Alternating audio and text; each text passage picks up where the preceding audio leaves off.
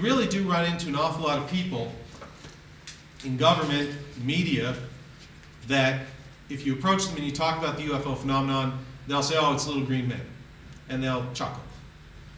I know, because when I was at a Christmas party for the put on by Film Development Corporation in Nova Scotia, the provincial funding agency in my province that funds, well, people like me to come down to places like this, I was introduced to a federal cabinet minister. Now, unlike Stephen Greer, I'm not going to claim that I briefed him, but I was actually introduced to Geoff Regan, who was a local MP. He's the Minister of Fisheries, but a minister is a minister. And I was introduced as the UFO filmmaker. Despite the fact that I've made more films on other subjects than UFOs, that's the tag I get. So the CEO of Film Development Corporation introduced me as the UFO filmmaker, and Geoff Regan looked over at me and he said, "Little green men," and he laughed. I don't blame him, because for 40 years since the Condon Report, that's been the perception of the UFO phenomenon. And so, you know, he has important things to do. Fisheries in Canada is a major industry. So I don't blame him for the fact that that was his perception of what the UFO phenomenon was. And it was a very busy party, and a lot of other people, you know, they wanted to meet him, but I couldn't resist. I said, well, Geoff, no. And I proceeded to tell him about the Kelly Johnson case, the Tehran case, and my own investigations, or research rather, into the history of the UFO phenomenon in Canada.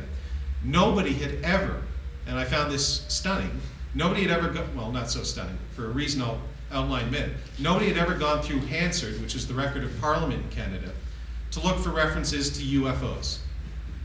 Now, there's a lot of researchers in Canada, UFO researchers. What boggles my mind is that they hadn't done it. What I understand is it's sort of deadly dull work.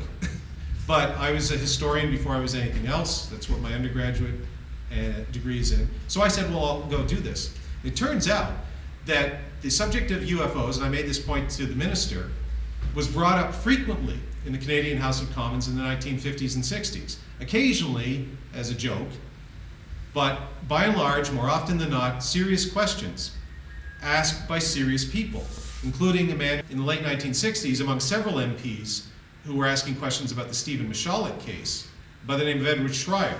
Schreier went on to become Premier of Manitoba, that's the equivalent of being a governor, and then he went on to become Governor General of Canada, which is our head of state, technically the Queen's representative in Canada.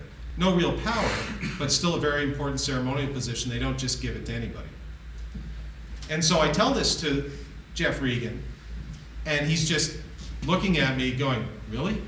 And I said, yes, people from your party, people from all the other parties, 40 years ago, were asking these questions. He said, well, why hasn't anybody asked any questions in 40 years? Because they haven't, it's stopped. The only question since then was in the 60s, where a Conservative member of Parliament stood up and said, is it true to the Liberal government that you spent $6,000 on a study of UFOs? You idiots.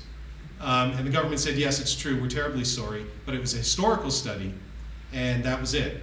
And the reason why the question was asked is, the person asking the question said, and here's the punchline for the minister that I made, why would you fund this when there has been an American government study that has already concluded there is no merit to the study of the UFO phenomenon? And what that person was talking about was the Condon Report. And it's what I call the Condon Effect. I've written about this over the last couple of years. And it, for 40 years, has changed the way that people in the mainstream look at the UFO phenomenon. Because everybody refers back to the Condon Report and says there's nothing to UFOs. But when you present them with real evidence, credible witnesses, radar data, that kind of stuff, I can tell you what happened. Regan said, send me your film when you're done. I talked to his executive assistant for another 50, he had to go off and shake more hands, but he was very interested. I talked to his executive assistant for another 15 minutes. Again, we're very interested, send us your film when you're done. That government was defeated in an election 1 month later by a party that I voted for, so I ended up voting Regan out of office. But I still maintain my commitment, and we're working on it now, to get this film into the hands of every cabinet minister in the Canadian government, every opposition critic, and the leading members of the scientific and military establishment. We're also including in there chapters from Richard Hall's book. You saw Dick Hall in there, longtime NICAP staffer, worked with Major Kehoe in the 50s and 60s. We're going to include chapters of his book, The UFO Evidence, Volume 2. We're going to include chapters from, photocopied chapters from books by J. Allen Hynek, Jacques Vallée, and research tracks written by Dr. Jim McDonald, all serious scientists who have studied and continue, in Vallée's case, to study the UFO phenomenon.